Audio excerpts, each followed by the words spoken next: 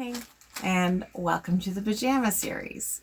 When you don't like mornings as much as I do, my partner decided that we would do these in the mornings because it works better for her. So I refuse to put on any clothes for these videos. So this is what you're going to see. Today we're going to talk about binding. We do have a video on our website right now that's on hand binding, but doing your hand binding properly, it only works if you've done your machine binding properly. So one is quite important to the other. And as you know, it's the last little bit on our piece of art that we've created. So that makes it, in my mind, one of the most important things that we do. So it's kind of like your label, which we'll do as another video. Anyway, so actually I've deposited this inconspicuously on the floor, but when you make your quilt, it's very wise. And this, I'm saying it's wise because we only find out when things are wise when we have not done them previously. But it is wise to make your binding at the same time, because very often you think you've finished with all your fabric, and then if you're me, you cut it all up into 1.5, 2, and 2.5 inch strips and put that in the bins, and anything else is 3.5 or 5 inch squares and you put that in the bins, and then that is really hard to make binding out of when you don't have enough of something. So if you make your binding first and you put it in those lovely little baggies and right on it, or however you want to do it. I have my little bag of binding already. This is Chanterelle, a beautiful lap style quilt that the fabric was from Wilmington, and the colors are perfect for this time of year. As you can see out the window, it's a gloomy day, but any day is good for sewing. I do fold when I'm making my binding. This is 2.5 inch width.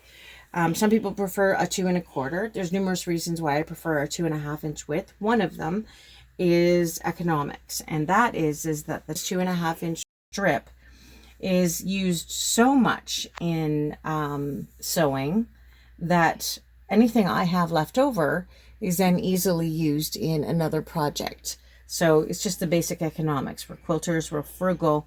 I prefer to know that it's not going to get wasted, and because 2.25 is an awkward size to use in a lot of projects that are out there. I mean, you can use it, but it's just not called for as much.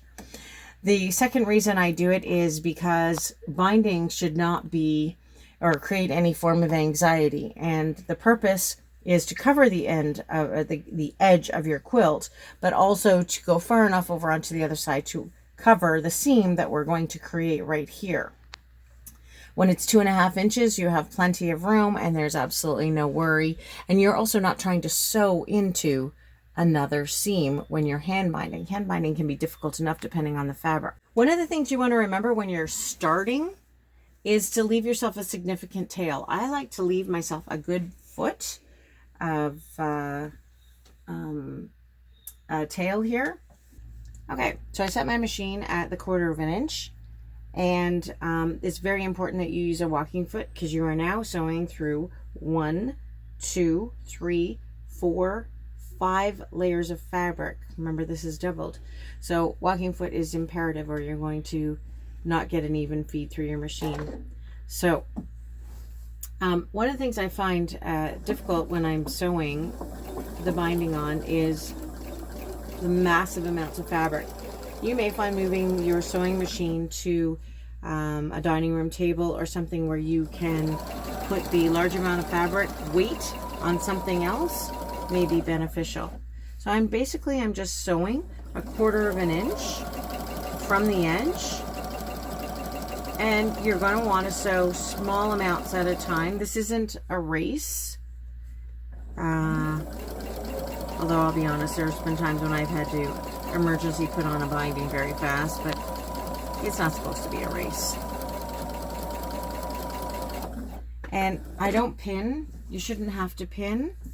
Used to be a joke about pinning with our group. If you want to pin, go for it, but I also find that pinning this many layers of fabric distorts it. So we're getting close to the end. So I'm going to sew to about here, drop my needle, make it so that my work lies really nice and flat. Because this is black fabric, I'm going to have to use my chalk pencil, which is right beside me. Keep it in my little stash and store. And yes, I really do love this particular product. I'm going to reach over here, and I've got a couple of options here. I can grab this trusty little tool, which should be all of about $4 and change at your local quilt shop or online at Cobwebs. Or on my lanyard, I have that purple thing, which is also found online or in the shop. This little end is 1/4 of an inch, which is pretty epic actually, because you can use it for all kinds of things. So this is a really thick end. So when I do this, I know that I'm going to sew to the bottom of that line, right? I could also use this and do the same thing, put it here, draw my line even farther across if I wanted to. I had my other walking foot on and I've changed it specifically for this reason, because you want that open. If it's not open, then you're going to want to make sure you pull that line across. And by open, I mean the foot here, this space. So you want to either make a nice long line so we can see it over here, or have a walking foot that has that space in it. So I am going to sew, remember this is 1/4 of an inch. Why do we want to do 1/4 of an inch? Because we're going to sew off the quilts.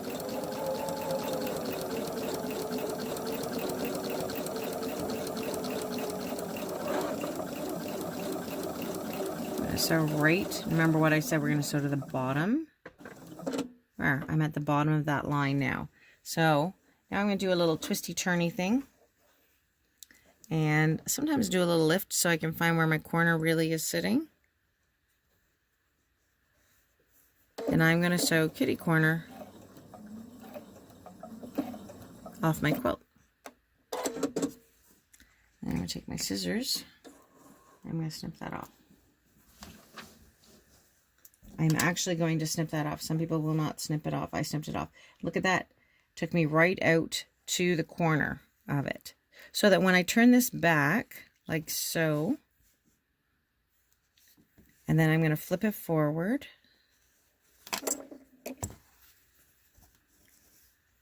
And I'm going to keep going.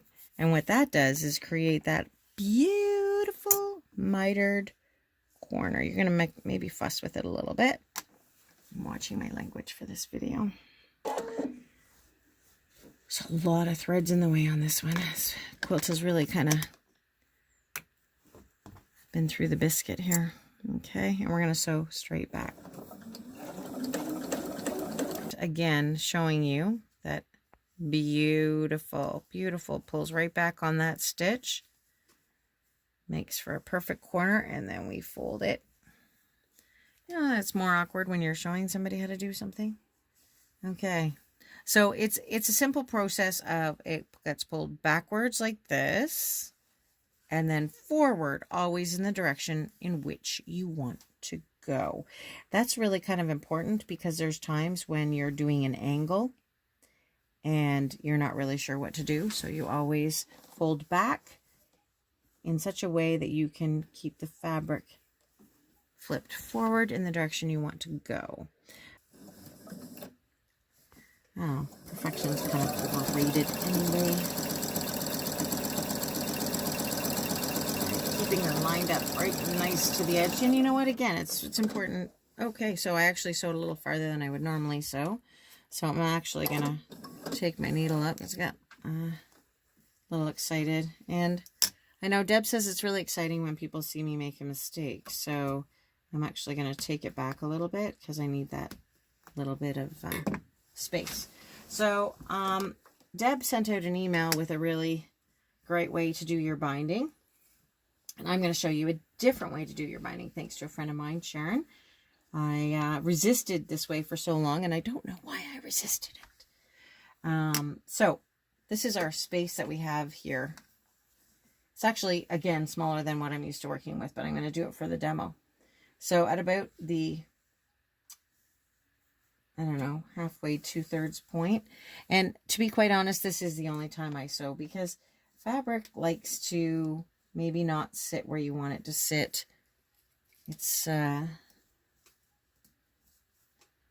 so I'm going to make it sit like I want it to sit, nice and flat, and then there's no excuses. And I'm gonna give it a little snip snip up here, and I am sure there are people that do that way more exact. In fact, could have even done that a little straighter myself, so shame on me. But I'm not going to do an Eleanor Burns and throw this piece of fabric over my shoulder. I'm going to unfold it and lay it down like so. What?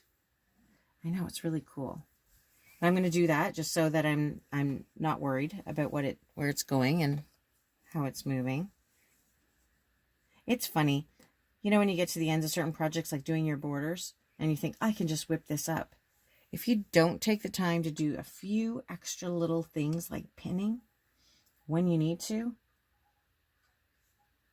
there's a lot of unswearing ensues after. Okay, so this is actually 2.5 inches unfolded. Woohoo! So there's no ruler, there's no taking this over to the sewing table. And I'm going to do the little thing, and I'm going to cut up like that. I'm also not going to throw this over my shoulder. I'm going to put this in my binding box with my scraps of binding so it can be used with other bindings that are also 2.5 inches. Or I could press it open and use it as a 2.5 inch piece in another project. So now I have this. Now I can actually, all I wanted was that 2.5 inch strip, that 2.5 inch space without having to use my ruler. I'm going to take my pins out. And now I can throw that over my shoulder like Eleanor Burns does. And so now I am going to open this up like so. And I fold this in a little bit, but I open it up first so I know which way I'm going. And then I take this piece and I lay it upside down on top. And I'm going to push Deb over a little bit because I put my toys away here. And I know my fingers are kind of in the way, but basically I'm squaring this up on here. And another trick I have learned is doing a couple of things with my pins, because I find that there's less shifting if you run your pin through a couple of times as opposed to just what we're used to with the normal one time. This is why if you have lots of binding here, it's easier to do. It is our instinct to try and get as close as possible, which actually makes your job harder. Now see how I've run my pins through a couple of times? It actually holds it better. That's a little trick I learned. Now, fart and fiddlesticks.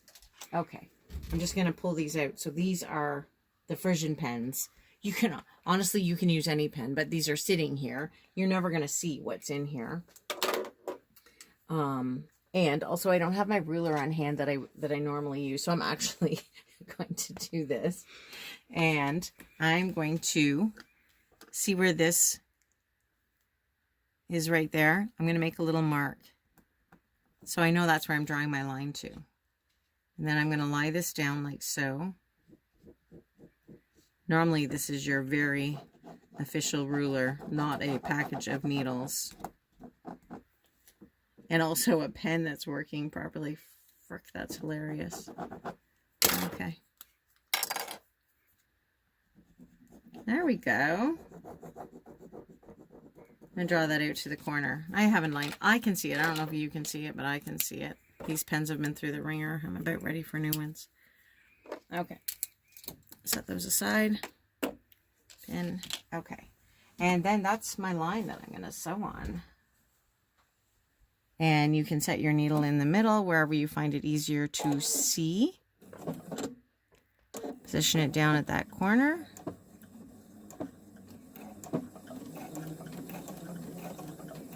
And this is a slow seam. This is not a race seam, because it's kind of, this seems kind of important.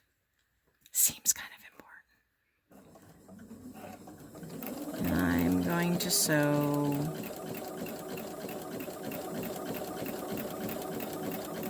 right out to my corner. There we go. And you know what makes all this great? I'm in my pajamas and I'm perfectly comfortable. And the sun is out. And we have a nice breeze coming in through the window. kind of perfect. Then I open this up and look at that. It's so perfect. It's absolutely perfect. So I know a lot of people like to press this out, and we're just going to pretend that I'm going to do that. What's easy to do is if you have a little wool pressing mat beside you. I have a nice big chunk of one here, and my small iron, my Go iron. I love this little guy, but I don't have any of that plugged in just because of what we were doing with the video. If you did have it all set up and ready to go, this would be a really easy plunk it down, give it a little press, and then we're still here. And it's not that I mind getting up. I don't mind getting up.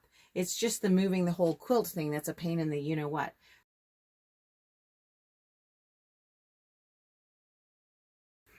And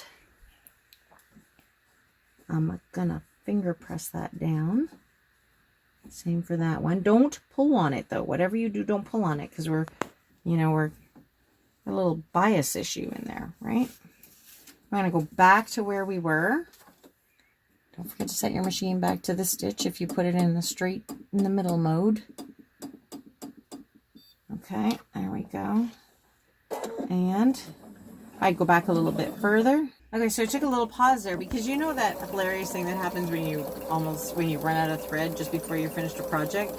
Well, hilariously, I just ran out of thread before I finished this project. So I had to thread another thread. I had to wind another bobbin. So, again, just checking to make sure everybody's lying flat in here. Look at that. Lying flat, flat, flat, flat. So beautiful.